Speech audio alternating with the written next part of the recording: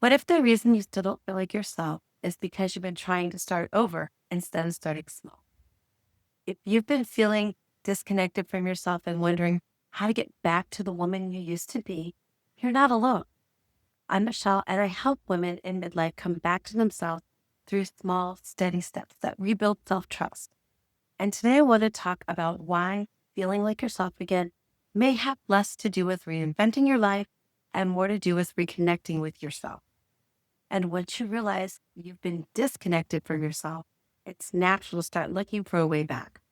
So you read the books, you listen to the podcast, you save all the videos, you perfect planners, you start all the routines, and you tell yourself this time will be different. For a little while, it feels exciting, hopeful, like maybe you've really found the thing that's going to help you feel like you again.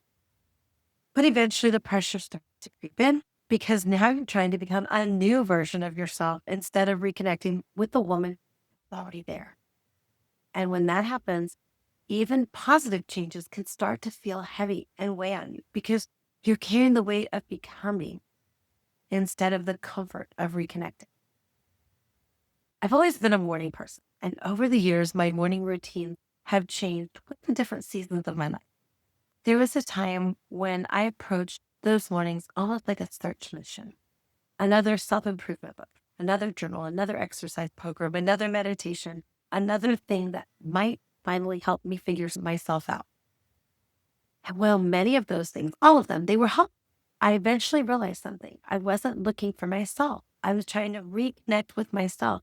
And those were two very different things. These days, my mornings still matter. I still journal. I still meditate. I still spend time caring for myself. But now those practices aren't about becoming someone new. They're about staying connected to the person I already am while still allowing for growth. Why feeling like yourself again isn't about choosing between growth and reconnection. Like if real growth actually starts with reconnection. I think a lot of women believe they need to become someone completely different in order to feel better. All new routines, a fresh start, all new plans, like a reinvention. And there's nothing wrong with growth. I believe we're always learning and growing and becoming, but I've learned that the healthiest growth doesn't happen when we're trying to escape ourselves. It happens when we're connected to ourselves. Because when you're disconnected, even positive changes can start to feel like another way to prove that you're enough.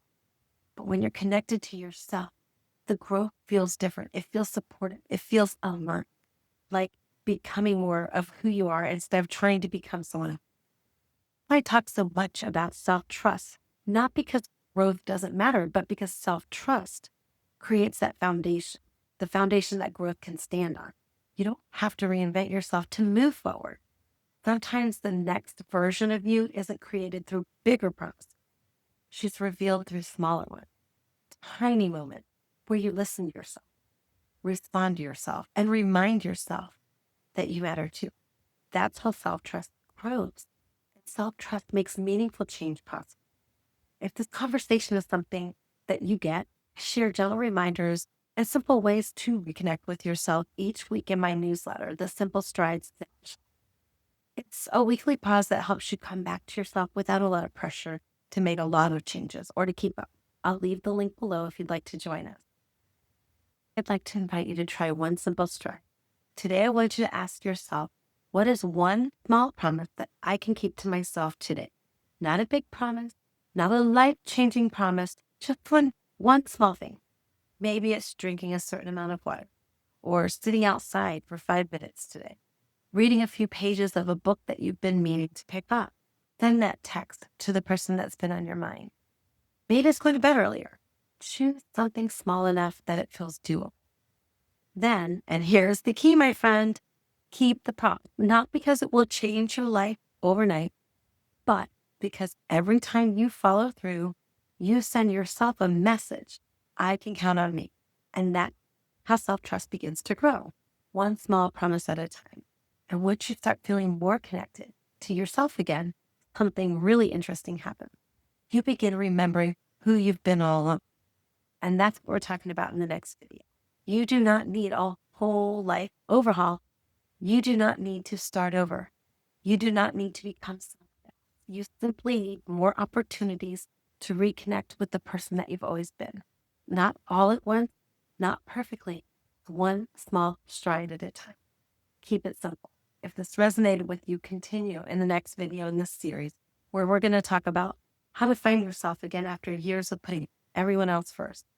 And if you would like support as you continue coming back to yourself, be sure to hit subscribe, grab the snapshot, and I'll see you in the next video.